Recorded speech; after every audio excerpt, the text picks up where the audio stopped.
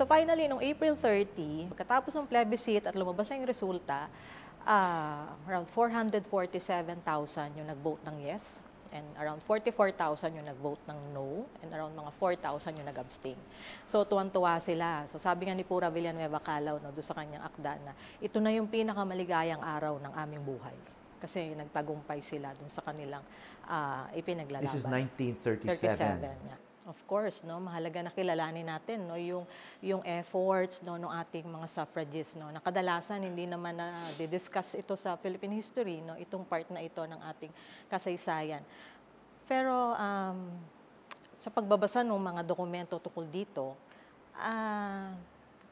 na-realize ko na lalaki pa rin yung nabibigyan ng credit, doon sa women's suffrage movement, doon sa tagumpay nila. Kasi, for example, si Manuel L. Quezon, parang siya yun talagang binibigyan ng credit dito kasi under his presidency, na ibigay, na allow yung siyang pumirma doon sa batas.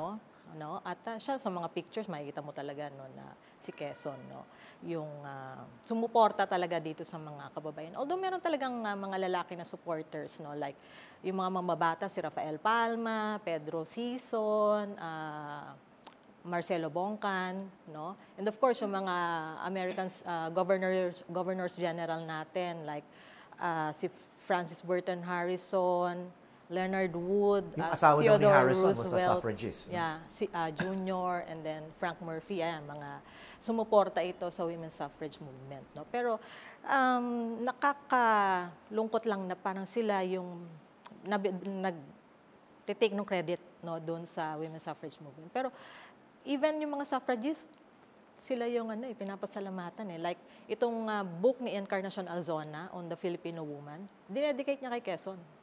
Sabi niya, napakalaki ng ambag ni Quezon dun sa pag-enfranchise nga ng Filipino women.